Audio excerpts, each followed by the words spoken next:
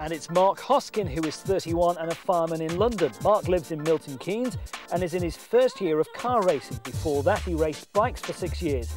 But he's currently leading the scholarship class in the Formula Honda Championship. Mark's now looking for a car that he can use on track days too, and has a budget of around £15,000 to spend. Well, Mark, we've set up 3 really interesting track day cars for you today. Come to a runway, disused, where we can have a bit of fun, hopefully. First of these cars to take a look at is this, the Caterham 7.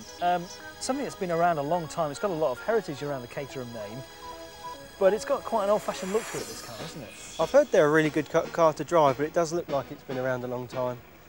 So are you not keen on it straight off? Do the looks put you off somewhat? It doesn't look great. It doesn't look as racy as perhaps would be nice, but at the end of the day, I want a car that's going to drive well more than look the part. But it holds its value well, this car. Yeah, I've heard that as well. Second car is this, the futuristic looking Aerial Atom. I mean, it's radical, isn't it? There's no other word for it. I think it looks fantastic, yeah. It does, doesn't it? It really looks the part. It looks like it's going to go fast and do the job that I want anyway. And I suppose the fact that it's very open, you can see everything, you can see, you know, a lot of the working parts in there too. Yeah, I think the downside is that I'll probably be a little bit exposed in the rain with it, but... Yeah, obviously it is a road-going car and it's legal for that, but you'd want to pick the right day to take it out on the road, wouldn't you? Absolutely, yeah. But I love it. I think it looks fantastic. I'm really looking forward to getting in that one and having a drive. And the third car is this, the MKGT. Now, this looks the most sort of the car that would look best on a racetrack, doesn't it? This, looking at the 3, this looks like the one that's going to be the one that does the job. Whether it actually performs or not, it's going to need to be driven for that. Absolutely. And the difference with this car is this has got a motorbike engine in, rather than the other 2 have got conventional car engines in. Yeah, I think that's where it's going to compare well to the race car that I drive. I think this could be quite fun. Absolutely. Looking forward to taking this one out. Well, before that, let's find out more information about the MKGT. This is a new GT1 car. It's designed for road and track use. It's got a motorcycle engine in, 900cc, 130 horsepower, weighs about 480 kilograms. It's quite a quick car. The cost involved for the kit from us is about £5,000. For a fully built one from us, it's about 10.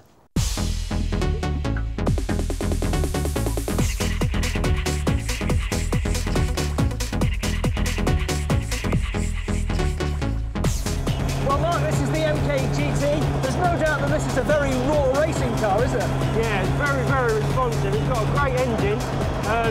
Feeling the steering could do with speeding up a little bit. It's nice to check out the handling of the car, but the engine's great. It feels quite light. Well, although that motorbike engine doesn't kick out huge amounts of power compared to modern day cars, it's because this car is very light that makes it so fast. Absolutely, yeah. I mean, it feels a really light chassis. It's quite manoeuvrable, but the engine's got loads of grunt. I think with a heavy car, yeah, it would struggle, but with something like this, it's perfect. The sound is absolutely fantastic, isn't it? It is absolutely exhilarating, isn't it? I mean, I've driven the Westfield Mega Booster before, and I find that really hard work. I had a quick try of this before, and I thought it was really easy to drive. I mean, the clutch is not too sharp. It's easy to get a hold of straight off, really. It's easy to jump in, and yeah. You just go, don't you? Yeah, absolutely. It's acceleration's brilliant. I mean, the one thing that has to be said about this car so far is that it's very much a prototype at this stage, but it is going to go into production. Yeah. I mean, I think for the money, £5 as kit for or 10 grand fully built, it's superb value, isn't it? It is. I don't know how much work it'd be to put together yourself, but I mean, you've got to know what you're doing, obviously. Yeah. When you come around one of these corners, you can get the tail out a little bit, but it doesn't feel as if it's going to snap out of control at all, does it? No, and you can make it work for you to get the car to oversteer on the chicanes quite easily. I'll show you if you like.